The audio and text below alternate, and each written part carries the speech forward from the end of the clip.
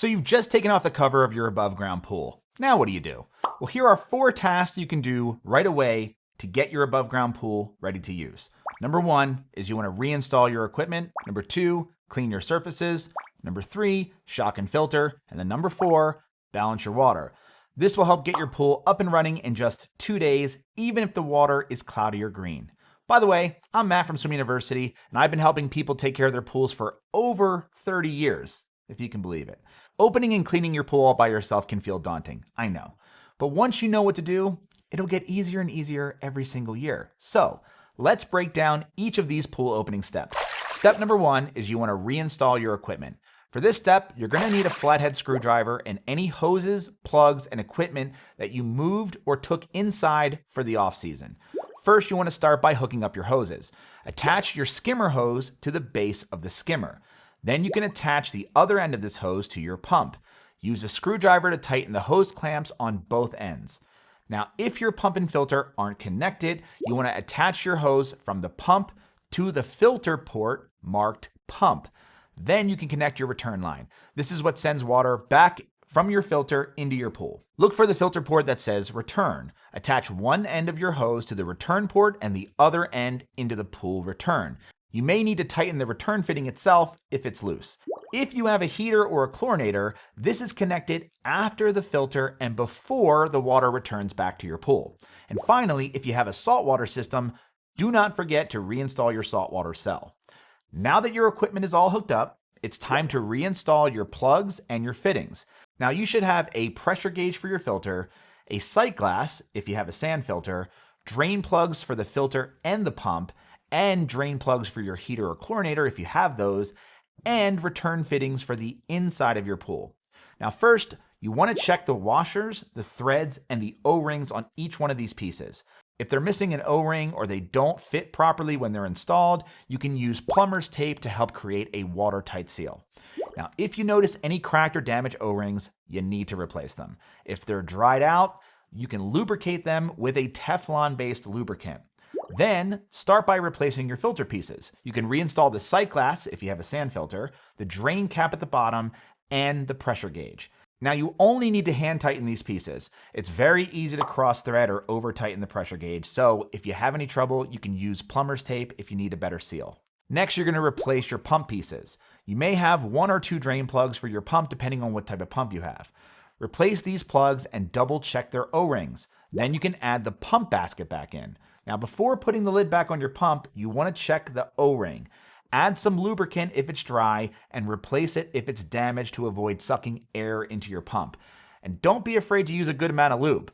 Then you can add your pump lid back on and tighten it. Now you can replace your return fittings. Remove any winter plugs and add back your return fittings. If you only have one fitting, you can point that jet head downward at a 45-degree angle away from your skimmer, because this is going to help circulate the water and then kick up anything from the bottom of the pool. Now you can open your skimmer. Remove the skimmer guards, plugs, or ice compensators if you have any of that. Water may start flowing into your pump at this point unless you have a shutoff valve at the skimmer or at the pump. Then you can add your skimmer basket back into the skimmer. Now before turning on your system, you want to check your water level. It needs to be about halfway up the skimmer or even just a little bit higher. If it's lower, I recommend filling your pool with a hose and a hose filter attachment to remove any metals and minerals from the water. If the water level is really high, honestly, it's okay, you can just leave it alone. If you have a sand filter, you're going to be backwashing and draining out a little bit of water anyway. You may also need to prime your pump before turning on your system because air can get trapped in those hoses. Now, if this is the case, you can just fill your pump with a little bit of water using a hose with the system off. And if you need more help with priming your pump, you can check out our other video. Okay, so everything's hooked up. Now you're ready to get the water moving. Open up any shutoff valves restricting any water flow if you have it. And if you have a sand filter, you want to set the multi-port valve to the backwash setting, all right? If you have a cartridge filter, you can just make sure that your filters are cleaned and installed properly before turning your system on. And if you have a DE filter, just make sure everything's installed properly inside. Now you can turn on your pump. For a sand filter, I recommend backwashing for about 1 to 2 minutes, and then you can shut off the pump.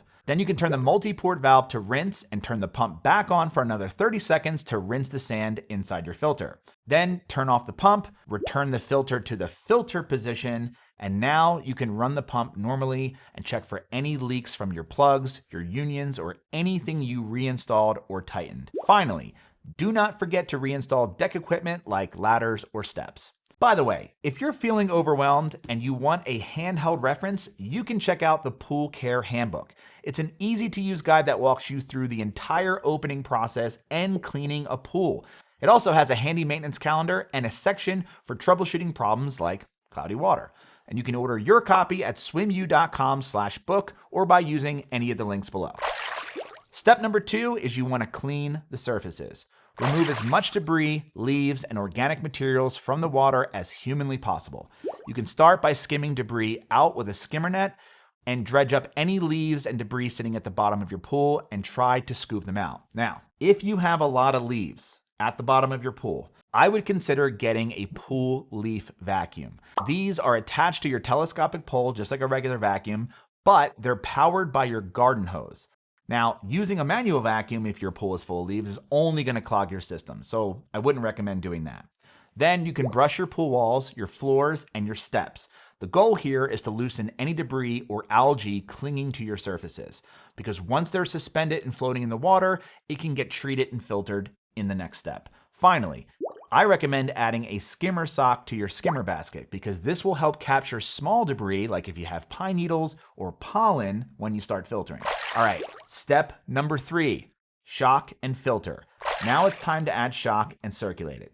Shocking your pool quickly raises your chlorine levels, which overwhelms and kills contaminants, algae, and bacteria. Liquid chlorine or Cal Hypo shock will work well here. Now, if your pool is less than 10,000 gallons or you've got a saltwater system, I recommend using liquid chlorine. Look for liquid chlorine that's around 10% chlorine by volume. If your pool is over 10,000 gallons, I recommend using powdered Cal Hypo shock. How much shock do you need to add to your water depends on the color of your water. Now, if it's cloudy blue or just a light tinge green, use a double dose of shock. That's 2 pounds of Cal Hypo shock or 2 gallons of liquid chlorine. If it's dark green, you want a triple dose. That's 3 pounds of shock or 3 gallons of liquid chlorine for a 10,000 gallon pool. If it's even darker than that, I recommend adding a quadruple dose of shock. That's 4 times the amount. You may need to do this process twice. Add the shock to your water at dusk so that the sun doesn't burn off that chlorine. And then you can run your pump and filter for 24 hours to help circulate the shock. After about a day, check your water. It's okay if it's a little bit cloudy. That's just dead suspended contaminants that the shock actually killed. Hopefully your filter will remove those later. Then you can clean out your skimmer basket, skim out any remaining leaves and debris, and brush the surfaces one more time. Then clean your filter by backwashing it, or you can rinse your cartridges. If the pool is still green at this point, add another round of shock and repeat the process, cycling and filtering the shock for at least 24 hours. If there's still dirt or small debris at the bottom of your pool, now it's okay, you can use a manual vacuum or even a robotic cleaner to remove it before adding the other chemicals. And now step number 4, balance your water. Finally, it's time to test and balance your water. You can use test strips to get a baseline reading of your water chemistry, and once you have those results, here is the order you're going to want to balance your chemicals. Number 1, adjust your total alkalinity because this is going to help stabilize your pH. Then, number 2, balance your pH. This will help your chlorine to work more effectively. Number 3, add chlorine. Your levels should be about 1 to 3 parts per million to sanitize your water. And if you have a saltwater pool, check out our saltwater pool startup video for more help. Number 4, adjust your CYA if needed. CYA is cyanuric acid. This helps your chlorine from breaking down in the sun. Your chlorine that you use, like tablets, may already contain some CYA. Otherwise, you're going to need to add chlorine stabilizer, at least at the beginning of the year, to get a base. You want to keep that between 30 and 50 parts per million. Number 5, add calcium hardness increaser if you need to. If your total calcium hardness levels are low, you'll need to add this calcium hardness increaser because this helps protect your pool equipment and surfaces for the long run. Now, if you're confused about chemicals to add or how to get your levels to balance, don't worry, you can check out our other video. And if you want more help with ongoing maintenance and easy weekly care, I recommend checking out the Pool Care Handbook at swimu.com/book or by using any of the links below. That's it. Thanks for watching and happy swimming.